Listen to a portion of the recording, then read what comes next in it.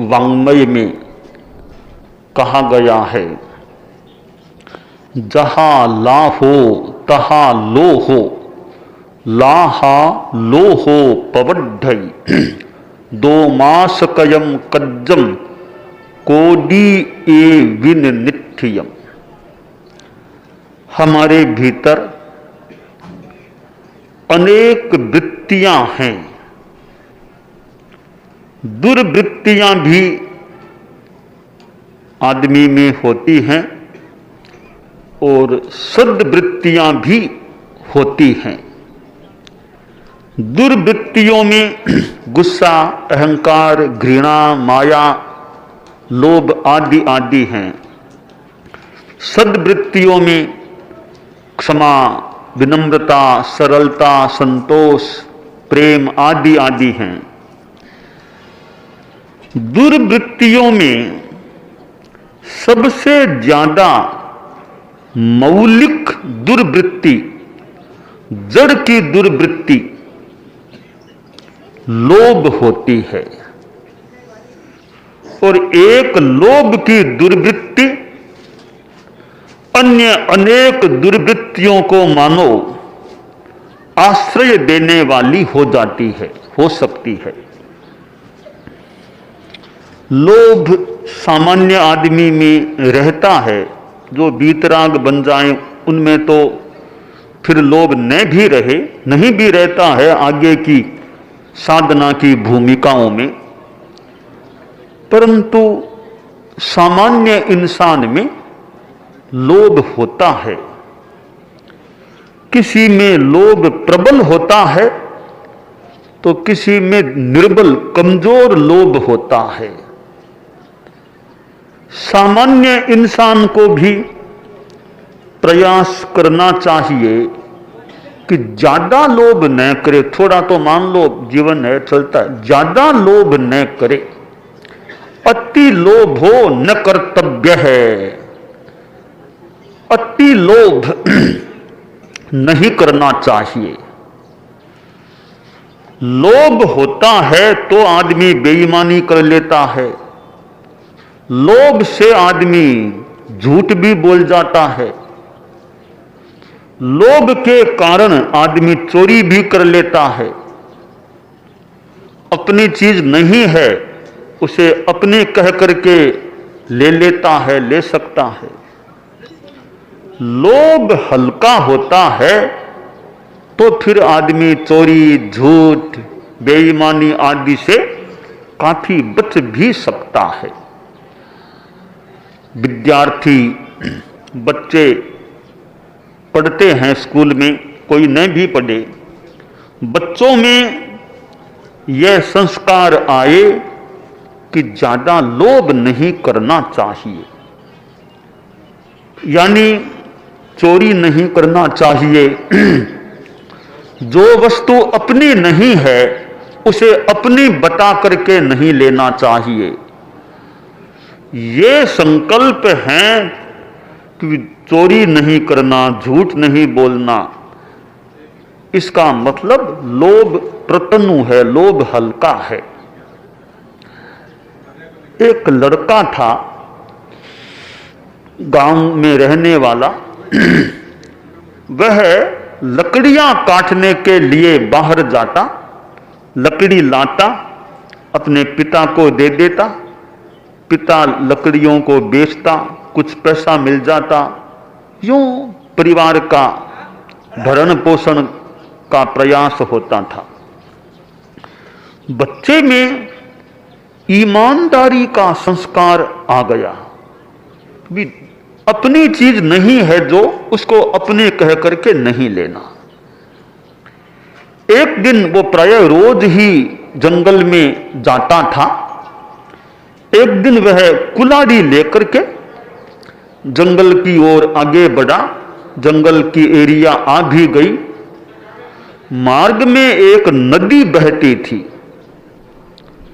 और वह किसी तरह नदी को पार करके उस ओर जाता, कुछ ऊपर रखा हुआ था चलने का, उसके ऊपर से निकल जाता। तो वह नदी को पार कर रहा था इतने में कुल्हाड़ी उसके हाथ से छूट गई और नदी में गिर गई। नदी कुछ गहरी थी। अब कुल्हाड़ी को निकाल पाना उस बच्चे के लिए मुश्किल या असंभव जैसा था, या असंभव था।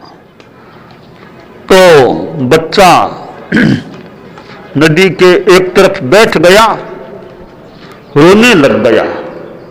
बच्चा था तो बच्चे कई बार रोने लग जाते हैं कुछ कठिनाई आने पर। रोने लग गया कि मेरी कुल्हाड़ी नदी में चली गई, अब मैं लकड़ियां कैसे काटूंगा। रो रहा था। जंगल में एक वृक्ष था, उसमें एक यक्ष यानी देवता रहा करता था। उसने देखा रे बच्चा रोज आया करता है मैं इस पेड़ के आसपास, आज रोने लग गया है, तो कोई सहयोग मदद करूं मैं बच्चे की।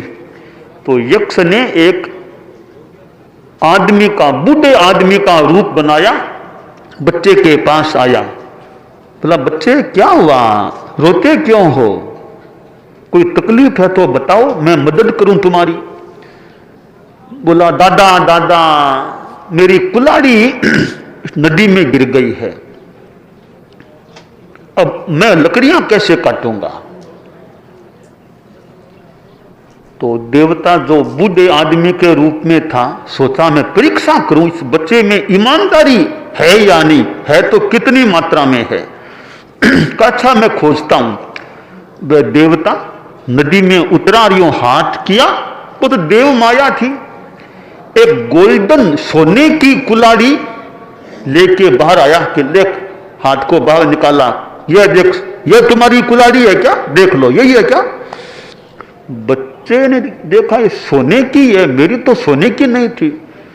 बोला दादा दादा ये तो मेरी नहीं है, ये तो नहीं है मेरी, ले लो ना, ये मैं नहीं लूंगा, ले लूं कैसे, मेरी है ही नहीं ये तो। कहा ठीक है। फिर वो देवता नदी में उतरा, यूं हाथ किया, एक चांदी की कुल्हाड़ी आ गई कि बेटा ये, दादा दादा ये भी मेरी नहीं है, ये भी मेरी नहीं है। तो फिर तिबारा देवता ने हाथ नदी में डाला, अब उसकी वो मूल की कुल्हाड़ी थी जो गिरी थी वो हाथ में आई। कहा ये बेटा, हाँ दादा लगती तो ऐसी थी मेरी कुल्हाड़ी, यही हो सकती है, यह मुझे आप दे दो। तो वो देवता बोला ये सोने की तुमको दिखाई थी वो नहीं ली, फिर चांदी की दिखाई वो नहीं ली, कि दादा वो मेरी थी नहीं तो मैं कैसे ले लूं, मेरी थी ही नहीं तो मैं, मेरी नहीं है जो चीज वो मैं कैसे ले लूं, वो तो पाप है, अपनी कह करके ले लेना। तो कहा बेटा तुम्हारी तो नहीं है, मान लो तुम्हारी तो मैंने तुमको दे दी, अब वे दो कुल्हाड़ियां हैं, एक सोने की एक चांदी की, तुमको मैं भेंट में दे दूं तो। बच्चा बोला दादा भेंट में दो तो ले लूं, कोई वैसे दिक्कत तो नहीं है, पर दादा मैं भेंट में चीजें नहीं लेके परिश्रम करके अपनी कमाई करना चाहता हूं, मैं ये फ्री का तुम आप भेंट दे दो और मैं निकम्मा हो जाऊं, काम नहीं करूं, ऐसा नहीं, मैं तो श्रम करके ही कुछ कमाना चाहता हूं, इसलिए मैं ये भेंट भी नहीं लेना चाहता, फिर मेरा परिश्रम कहीं छूट जाएगा, मैं परिश्रम करके ही, आपने बड़ी कृपा की, मेरी कुल्हाड़ी नदी में से निकाल के मुझे दे दी, इतना मदद सहयोग का काम कर दिया, दादा बार बार आपको धन्यवाद देता हूं।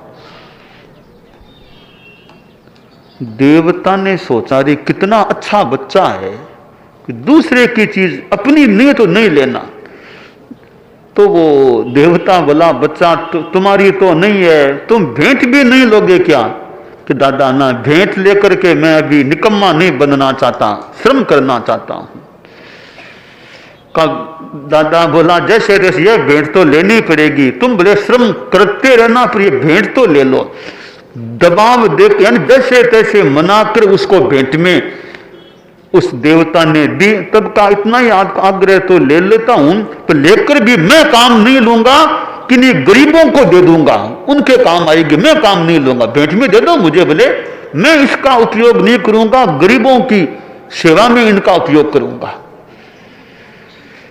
इसका मतलब बच्चे में लोभ का भाव नहीं तो नहीं कहता, फिर कम था, कृष था, यह कहा जा सकता है।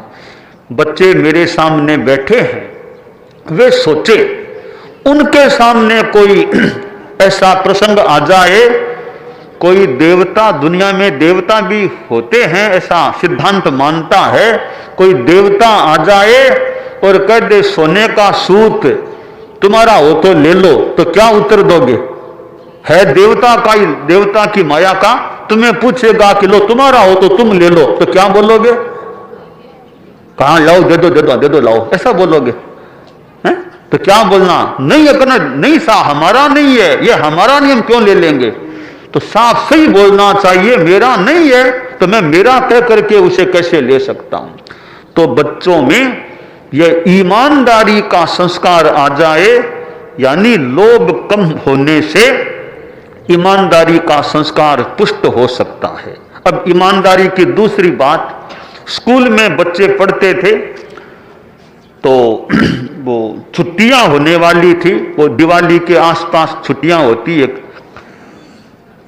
होती थी, तो मास्टर जी ने कहा कि लो कई दिनों की छुट्टियां है, कुछ होमवर्क गृह कार्य दे देता हूं, ये इतने प्रश्न हैं, इनके उत्तर लिख करके तुम्हें छुट्टियों के बाद जब आओ लाना है। क्लास में वो सब बच्चों को मास्टर साहब ने बोर्ड पर प्रश्न लिख दिए, बच्चों ने कॉपी में उतार लिए। छुट्टी हो गई, कई दिनों की फिर छुट्टियां चली, अवकाश के बाद फिर स्कूल खुली, बच्चे उस क्लास के भी क्लास में आए, तो मास्टर साहब ने कहा वो होमवर्क मैंने दिया था कर लिया? हाँ गुरुजी कर लिया। बच्चों ने कॉपियां मेज पर रख दी, तत्काल गुरुजी ने कॉपियों की जांच की, 15-20 बच्चे थे, तत्काल जांच दी कॉपियां। तो मास्टर जी बोले एक बच्चा ऐसा है, एक कॉपी ऐसी है जिसमें सारे प्रश्नों के उत्तर सही लिखे हुए हैं, बाकी बच्चों में तो कईयों के प्राय कई 2 गलती, 4 गलती, 8 गलतियां हैं, इस एक कॉपी में एक भी गलती नहीं, सब सही उत्तर हैं। तो ये अमुक बच्चा है, लो इस बच्चा खड़े हो जाओ, बच्चा खड़ा हो गया कि तुमको मैं प्राइज पुरस्कार दूंगा, बहुत एकदम सही उत्तर लिखे हैं, तुमने अपने दिमाग से बहुत सही लिखे हैं, अनुमान है, तो तुमको प्राइज दूंगा, पुरस्कार दूंगा। बच्चा खड़ा हुआ, जोर जोर से रोने लग गया। मास्टर साहब बोले रे रोते क्यों हो, मैं पुरस्कार देने की मैंने घोषणा की है, न कि पनिशमेंट की घोषणा की है, रोते क्यों हो? बच्चा बोला मास्टर साहब आप सोच रहे होंगे कि सारे प्रश्न मेरे दिमाग के से मैंने उत्तर लिखे हैं, थोड़ा सा अंतर है बात में, और तो सारे उत्तर मेरे दिमाग के मैंने लिखे, एक प्रश्न का उत्तर मेरे पास नहीं था तो दूसरे से पूछ करके मैंने उत्तर लिखा है। तो मास्टर साहब सारे तो उत्तर मेरे दिमाग के हुए नहीं, तो मैं आपके पुरस्कार का पात्र कैसे हो सकता हूं? गुरुजी ने सोचा रे ऐसा भी कोई विद्यार्थी खुद की बात खुद ही बता रहा है कि मैंने एक सवाल का उत्तर दूसरे से पूछ के लिखा है।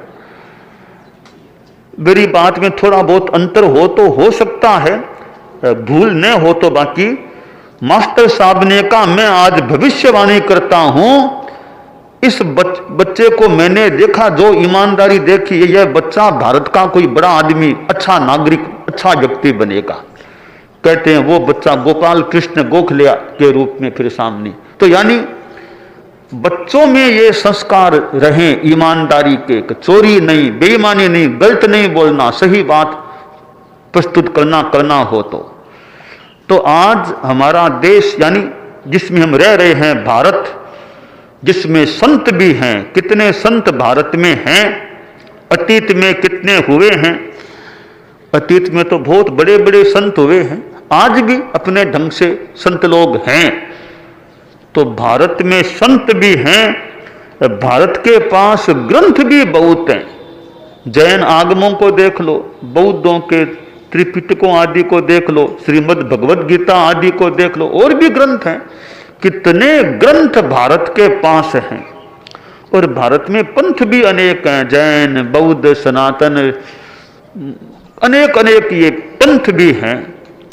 तो संत भी हैं, ग्रंथ भी हैं और पंथ भी हैं।